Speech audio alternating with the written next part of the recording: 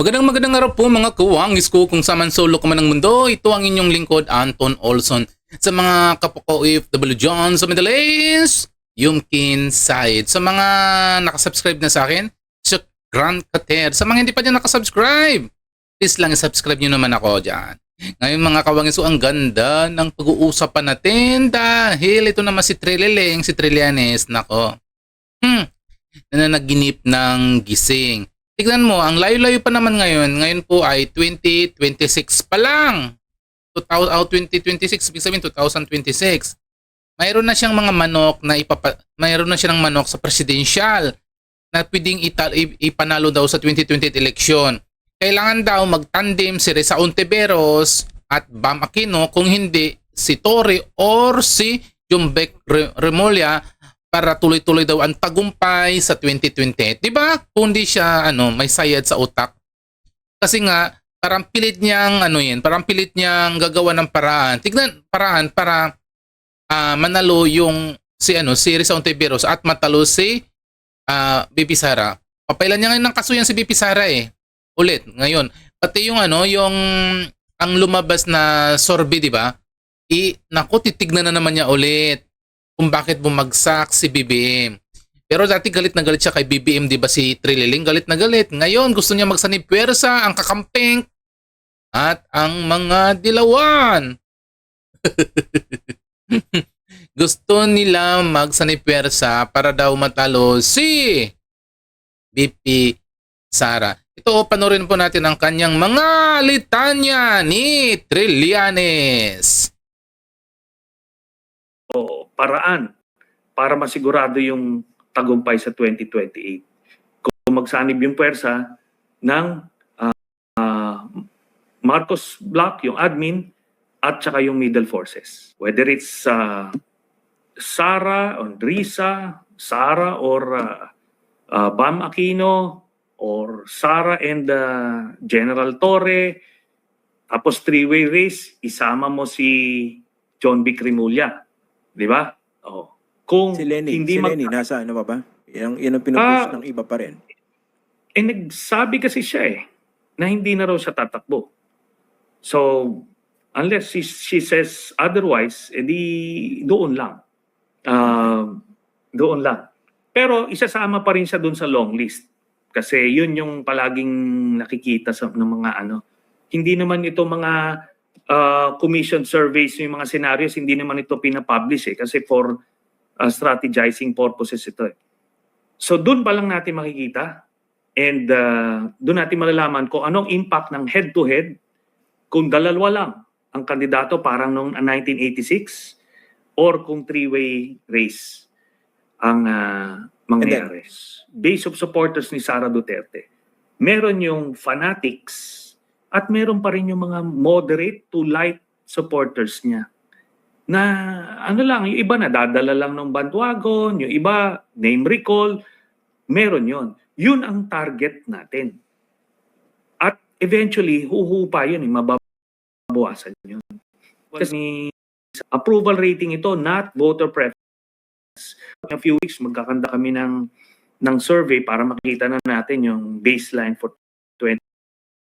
Natin kita ilan ba talaga yung base niya. We'll monitor that as we go along, kung pababa siya o pataas. So, anyway, bottom line, how the Duterte started ilang years ago, 10 years ago, significantly marami nang namulat.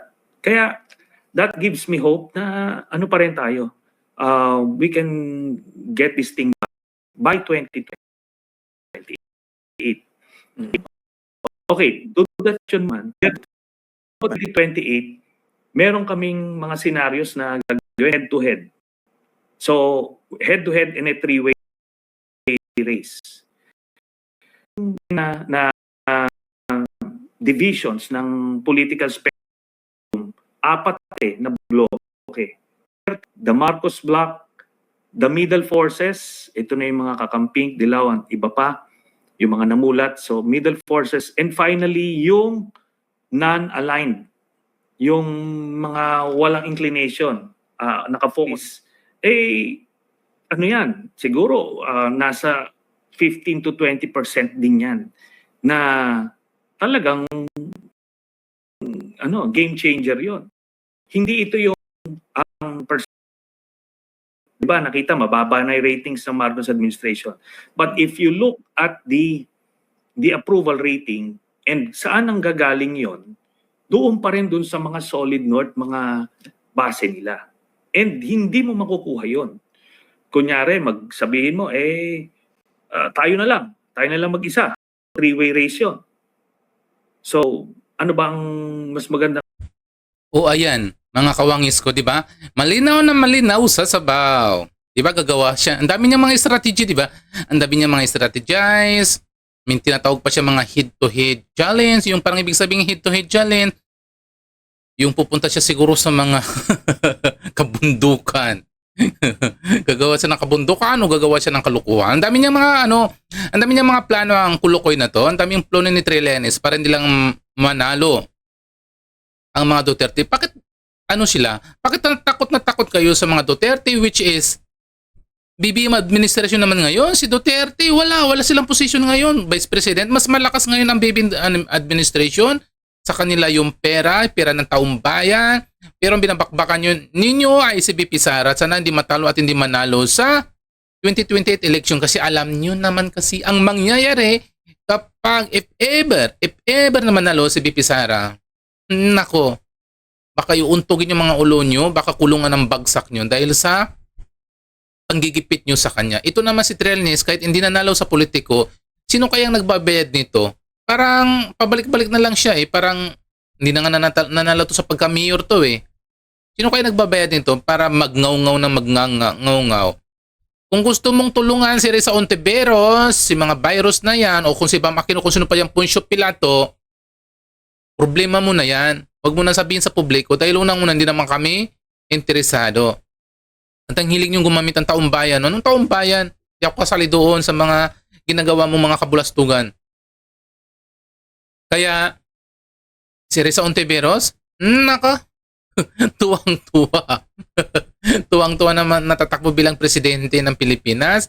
Si Bam Aquino, si Torre, nako, Torre. Si Jumbic Rimolya, yun ba ang kanyang nako.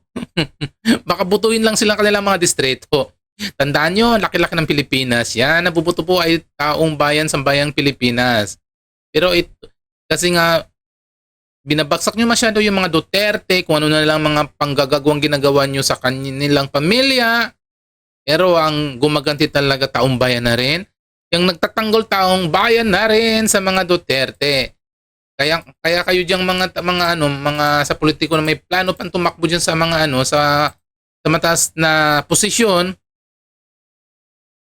kailangan makagin kayo ng ng taong bayan, ng kanilang tiwala. Ay ito nga si Trillanes kasi wala nang tiwala to yung yung mga taong bayan kasi nga mahilig tong magngaw-ngaw, magkahol, magtahol kung ano man ang ginagawa niya kapag ayaw niya sa isang tao.